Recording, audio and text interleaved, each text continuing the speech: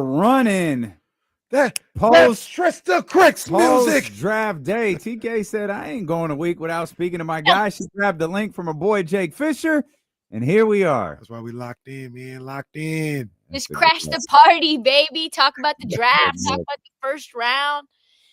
Just lament. See how you guys are feeling?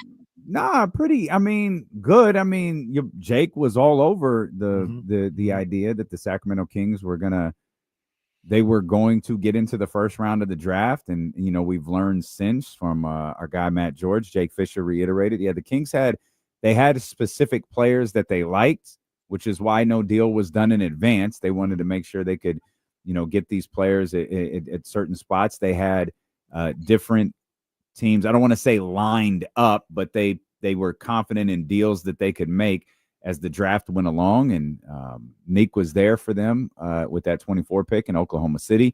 The cost wasn't too high. I don't even think we've covered that. Everybody knows it by now. It's the protected San Antonio pick from 2027 that conveys immediately if for some reason that protected pick winds up landing, in the top 16, it stays with the Kings and it immediately turns into the 2 second-round picks for San Antonio. So, I mean, TK, he looks like a solid ball player. Like, I don't think anyone's overreacting or going crazy or thinking we, just had the greatest night in the history of the franchise. But for a team that didn't have a pick to start the night, for them to get into this draft and find a player that looks to be a pretty solid fit and potentially a really good rotational player, I think everybody feels good about it. Yeah, I think you look at a guy who's long, 6'6", wing, and you say, okay, we'll take a flyer on this guy. I think a lot of people had Nick mocked a little bit earlier than this. Mm-hmm. So to get to 23, and him still not be there, or him still not be drafted, and be a West Coast sort of Pacific West Coast sort of player at Colorado State, I think that's a good look. I think that was the most. I was like, oh, okay, that's a competent. All I want from a team is at least even if I don't agree, and I do agree with this, but even if I don't agree or I wouldn't have done it, I just want to have confidence in the decision-making process. Mm-hmm. And this felt like a very adult move. Felt like a very competent GM move. Mm-hmm. Yeah, I agree. Even down to, I always say the process doesn't always matter to me, but the process was on point. You have guys that you're looking to draft. You don't want to do anything too early. You want to see how it plays out. And if those guys are there, then you'll be aggressive. If not, you just live on to draft another day or something like that. So I like the way that went down. One of the things that I see in Nick Clifford's game, I want to know, because I know you watch a lot of college hoop, is there are aspects to his game that I think could work better in the pros than in college. Because, college gets a little jumbled up and, junked up with the defense and all this other stuff. The pro game, a little bit more wide open. And I think his ability to catch on the perimeter, one dribble go, rip through go, jab step go, catch and shoot once he works on that shot a little bit. I think there's some things that could really blossom once he gets to the NBA. I don't know what that ends up putting him as a player, but there's a skill set that I think could help in the NBA. Yeah, and I think having a guy who can the NBA game is just much more wide open, right? You just get lots more space, and so it's opening up driving lanes. It's just a better fit for that type of a player where things get very clogged up in the college game. So you don't sometimes know what you're getting from a college player, especially depending on the offensive system that they're in, really how that's going to translate. And so I think for Nick, and I didn't watch a lot of him really in college, but from what I saw and what I read, he could end up being a really rangy defender and a guy that can do a lot of the things that Doug Christie in his prime did. Which is what they're sort of comping him out as, which is sort of wild. I'm looking at the draft results last night. If I did this right, there were 10 trades in the final 20 picks. It's craziness. And guess what? Brooklyn did none of them. None of them. None. They drafted 5 players last night. That's crazy. I don't know. I was certain they were going to go up and move up and try to take Ace Bailey. Who had the most confusing night of the draft? Was it the Nets, the Pelicans, or the Suns? Or the Blazers? Well, talk about your Blazers for a second. Like, I think what I was doing a live stream, live reacting to the first round with Fluent and Chill, 2 great guys. Actually, you guys like sort of remind me of them in the sense of like very casual, like nose hoop in and out. And somebody in the little super chat was like, Yang handsome going whatever. Or I think they put handsome Yang. And I go, don't F around with me, okay? Like, don't play with me. I will lose my ish right now, okay? And then they were like 20 seconds ahead, and I go, oh, that they weren't joking. I was excited about Carter Bryant. Love Carter Bryant's game. You know, that's like from Arizona. That's the kind of guy I like, right? Do not give me a cookie. I don't want the cookie right now. I don't have to have it hot. He is lying. Yes. Anyway. You don't like cookies? She just made a cookie. And I don't need it. Now, I don't need a cookie in the middle of this hit. Okay. I don't need it. All right. Mama Krick, shout out. She's like, she just is always trying to be a little star. She doesn't want to. Well, she is a star. That's our girl. Goes, oh my God. If you saw us on a day-to-day basis, I should start a show. It's comedy. Start a show. So Carter Bryant was on my list. Kasparis was on my list. So those type of players, I was like, all right, that's right in the range of who we can get. And I'm like, all right, well, maybe we can get like a Derek Queen. I don't know. So I was flabbergasted and surprised. Everyone was surprised. And I knew at that moment we're going to get crushed. We are going to get crushed for this pick. I don't care what happens. I don't care why. I just know that this is going to be the thing that everyone talks about. Because he's mocked at like 35. Sam Vecini had him ranked like 48th. But what I will say is this. I dug into it. And I'm loving the process. They've been evaluating and scouting this kid since he was 18 in China. And somebody was tweeting about this literally back in 2023. Being like, hey, Mike Schmitz, former ESPN talent evaluator, assistant GM, has now just gone to China and he's in love with this kid, Yang Hansen. And I'm like, okay, tell me why. Like, what's the deal? And then Jake Fisher tweets out that he speaks to a Nuggets source and they say Chinese Jokic. I'm like, is that for? I don't want to fact check Jake, but let me call my own Nuggets people out. Like, let me do put my little Twitter fingers to work, on the text. And they said, no, he is one of this person said he was one of my favorite players at the combine. The interview was insane, like really great kid, great personality. Not one of those 19-year-olds who's like gangly. Like he's like kind of a grown man. Have you seen photos of him without his shirt on? Pause. Just like kind of ripped. And for, a 7'2" guy from China who's 19, he's a lot bigger than even Victor Wembanyama, like in terms of like his. Yeah, he's like 250 or something. Yeah, his musculature. Wow. He has musculature. So they said, okay, not only was the interview process really great and everybody loved him, but also there was this one, Rafael Barlow said he was with the Portland staff and was like, why do you guys like this kid so much? And they're like sort of trying to explain it. And then there was this one pass that he made that blew everyone away, a Jokic-esque pass. Like, oh, whoa, what was, like a no-look kind of a deal. So they've been evaluating him for 2 years. They actually wanted to draft him last year, but he didn't enter the draft. And so he was the only guy that they had on their list. That was it. It was, we're going to move back from 11 and we'll see how far back we can go before we feel like we're going to lose him. And so for a lot of people, they're saying, well, surely if he's mocked at 35, why only go back to 16?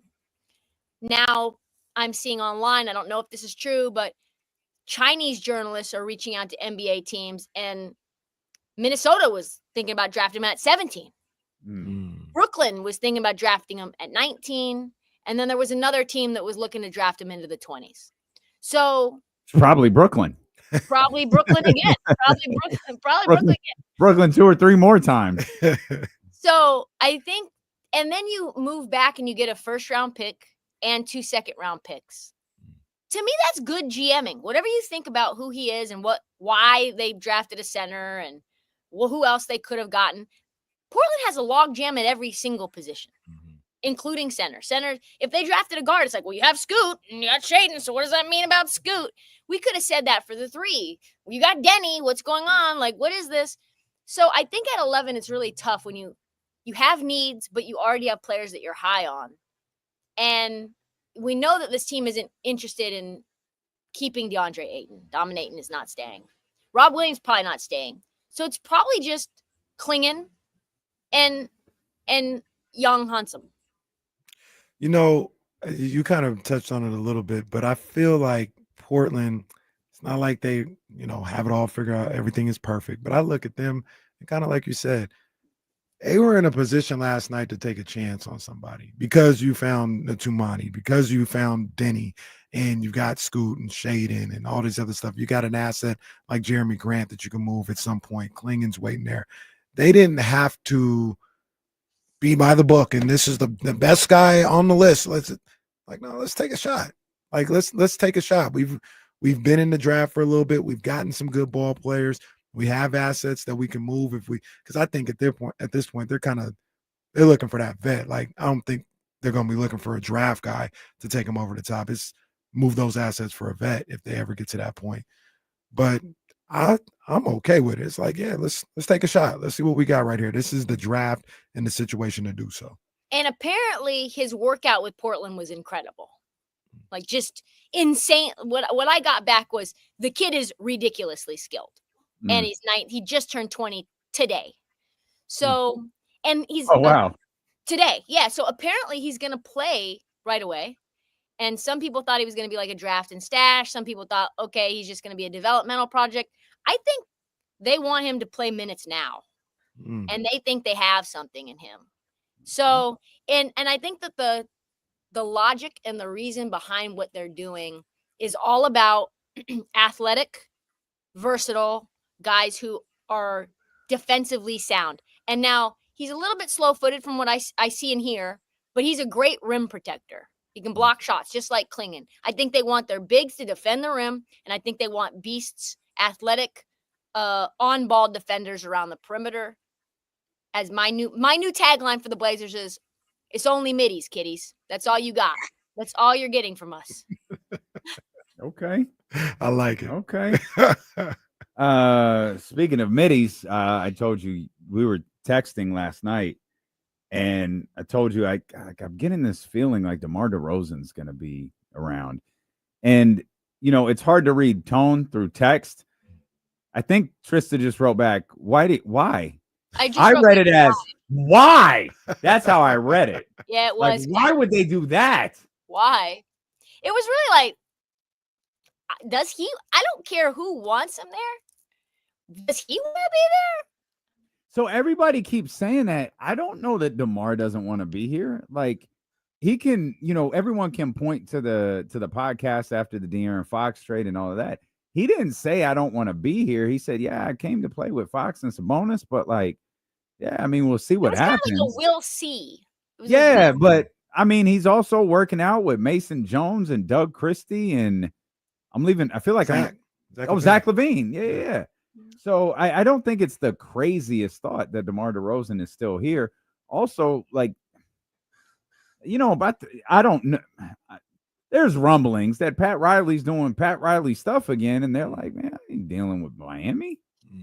And I don't know. Maybe the Clippers, jump back into this. I don't know. I think we're a little tired of Miami, all of us, I think, collectively, everybody. Collectively, we're just like, okay, Pat, whatever you say, dude. Y'all are so mid, and you act like you're the champions. And just like, oh, heat culture. So what has heat culture done? Any time 40 wins. Like, you're like, I know that they were a top seed a few years ago, but that was the most fugazi top seed that we've seen. This is fugazi. I thought what Utah did took a level of no F's given that only Trader Danny would do. Trader Danny and the Sun. And the Sun. For a kid to say, not playing for you, don't draft me. I decline any opportunity for you to speak to me or for me to work out for you. And him to be like, you know what? We don't care. We're doing it. That's what I want. Take back that control. I don't care what you say, what you want. This is what we think is in the best interest of our team. We got you under team control for 4 years. So you either retire or you show up to Salt Lake City. He's gonna have to show up. The look on his face, like, oh, that was Steve Francis. The light went out in his eyes immediately. Like I said last night, I ain't seen one of those in a while, man. Everybody usually been happy. I ain't seen a Steve Francis in a while. Did you see? Was it Boyles? The kid yes, went it was Canada? Murray Boyles. Yeah, Colin Murray Boyles. He was like, did you see that? I didn't see him. I think it. So that they transcribed it as like, man, drafted to Canada. F. And like he's not like, I mean, he doesn't look as mad as Ace Bailey does. Yeah, but he's like. What's great about Ace, brothers, y'all got to realize the camera is on you. It's on you the whole time. Come on, fellas. Ace at the press conference tried to walk it back, and he was like, "Oh yeah, I didn't even know they wanted me. It's like so crazy. I had no idea they had any interest." And it's like, crazy. What do you mean? You declined working out for them? What do you mean you didn't know that they had interest in you? And he's like, oh, I hear it gets cold in Utah. I hear it gets really hot in Utah. Guess I'm going to have to get a good heater. The kid, I'm having doubts about the neurons firing. Yeah. You know who I'm not having doubts about? Now, this is going to be no surprise to Trysta, but these are two of my boys here. These are my boys in this draft. Boy, Trey Johnson and Jeremiah Fevers. Those, hey, I think we might be looking at two all-stars. Opposite spectrums of the fashion game last night. One was a big winner. One, at least for me, not so much. Yeah, Jeremiah, I didn't like the chains over. If he didn't have a tie on, it would have worked. But I didn't like the chains with the tie on. I got you. I thought it was okay. I mean, if he would have just had the button up white with the chains, I think that would have looked better. Yeah, it would have. I think either you needed a shorter chain or you needed no. Yeah, you can't wear two chains the same length either. No, you can't do that. You can't. I know. It's chain etiquette. Like, come on, man. Like, look, 1, 2. Like, they got to be different lengths. Come on. Trey, on the other hand, just kind of missed. Trey was just kind of there. At least he wasn't like I mean, Trey is like, he got that from what? Like Men's Warehouse. Well, not like the other guy. There was one guy that walked out where we were watching the red carpet walk out. Like, he lost his luggage. Like he has on his like hey guys, I need a suit, and they just this one's fits. Derek Queen looked really bad. Derek Queen, maybe that's who it was. No, it wasn't Derek Queen, but Derek Queen was real basic. He was a light-skinned brother. Oh, it was a light-skinned dude? I was gonna say I thought it was a white dude, but the white dude he had the brown suit on with just like he was doing your taxes. Cooper Flagg was there to do your taxes. Cooper Flagg did not look like the number 1 overall pick in the draft. He looked like he was going to show you how you can write off your SUV for tax purposes. Yeah, he didn't. And the lineup of the goatee was a little. There isn't a shred of aura surrounding Cooper Flagg right now. Not a drop. Not a drop. I'm looking at. I thought Neek looked really good by the way. Nick did look good. Yeah, Nick looked great. We weren't even thinking he was going to go to the Kings. We was like, look at that blazer. Yeah, That's Nick looked nice. great. Yep. You're like, ooh, look at that King's purple blazer there. Not to, because what made me think of this is that Nick looked like he knew he was going to Sacramento. I think, not to bring it back to Portland, I think Young Hansen knew. I think he had a commitment to go to Portland. And I think, because you know how it is with Clutch Sports, which is a wild agency for him to be with, right? Yeah. Are you not shocked by like Young Hansen? Yeah. His Clutch Sports client? Yo. It's like, I got to have this guy. So they brought him to the draft and put him in the stands. Like, listen, believe me, you're night one. That's what it is. He had his little white suit on, did his deal. I was like, okay. Yeah, he was looking fresh. He was looking fresh. Yeah. What about the guy? I'm sorry, I forgot his name. Can I say that has to be satisfying, right? Though, as a player, to be in the stands, to not be invited, and then to have your name called that early. While all of those guys are sitting down there at the little invite tables with their family, and you're just like, yeah. Rich told you be there and dress nice. Yeah. I'm telling you, Rich told you. But what about old boy? I forgot who it was. I'm sorry. Who was in the suite and they had to rush him down to the you see that clip? I forgot who it was. He got drafted in the first round, obviously, because there was only one round yesterday. But I'm thinking old school. But he had rented out a suite at the Barclays, and they're like, hey, somebody like ran in a panic, like, hey, you about to be drafted. Like, let's go. And they're like running down the hallway, running to the elevator. And like I think it's one of the I thought it was an NBA guy, but they were like giggling and happy on the way. They was like, bro, you about to be drafted, dapping up, all this other stuff. Like, it was a dope moment. I forgot who that player was, though. I don't know who that was either. You know who looked really good was Carter Bryant. Serving up a look for GQ. That would be if D'Lo got drafted. All right. Yeah, I got plenty of those mentions last night. If D'Lo got drafted, the outfit would be Carter Bryant's outfit. Works with the little red bone skin, you know what I mean? A little dark maroon, little V all the way to the nips. You know what I mean? Little shade. It looked amazing. I also so I'll tell you, I didn't like, because Casey and I spotted that one right away. Yep. I didn't love the jacket. There was something about the jacket that there was no lapel to it. Oh, okay. That's exactly what it is. No lapel. Yeah, that's exactly. But when we saw it, I was like, man, something's off with that jacket that I'm not feeling. However, I do love the look. It was perfect. The blazer, no shirt look. The necklace, perfect. The brooch, chef's kiss. Chef's kiss. Can you guess who I might have been if I was drafted? I got a person in mind, but let's see what you think. Let's see. I'm trying to get all the looks. And now we gotta look at all of them, figure out which. Trey Johnson. You've been Trey Johnson out there with the Jermaine Dupri joints, and wouldn't have been Trey Johnson. Let's see. With the Jermaine Dupri socks. No, I'm just kidding. That would have been Casey. I'm trying to look here. I'm trying to look here and see what it is. So I don't think it's Ace Bailey, because that's terrible. I don't think it's. I'm only seeing shoes here. Not great. You're not Jeremiah. No. We're low on time. So it would have been. Hold on. We just need one. Okay, go ahead. Who it would have been Sorber, or how you say my man from Georgetown. Oh, Sorber? It would have been Sorber or Dylan Harper. I thought Dylan Harper looked really nice. Yeah, he did. I was going to say Dylan Harper. Great. Yeah, but it would have been black on black. I'll say this again, because I'm tough on bro. The best Devin Carter ever looked was draft night. He looked great draft night. That night. Was the best Devin Carter has ever looked. You know when he looked really bad is at the summer league when he did this to me. When he looked really bad. You know when he looked really bad was then. That's the day he died. That's the day he died with Kings fans.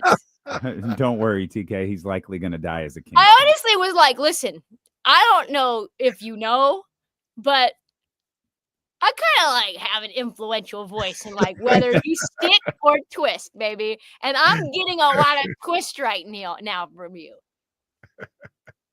Well, we probably won't have to deal with that much longer. No. I'm interested in meeting Neek. Is Neek represented by Bill Duffy? I think he is, isn't he? Oh, I haven't gotten that deep into the. I don't know If that he that's is, good. he'll be at the WME party, and we'll do the same thing that there you we did with Devin. Good Check stuff. the scene out. Check the scene out. We're low on time. You guys got to run. We do. Okay. We love you though. I love you. I love you. And tell Mama Krick cookie time, baby. Yeah, what kind of cookies? Real quick. It 10 is. seconds. Why What kind of not? cookies? Why do you hate cookies? Chocolate chip cookie. Oh, I didn't even get to tell you. I didn't even get to tell you about the man who died on my plane.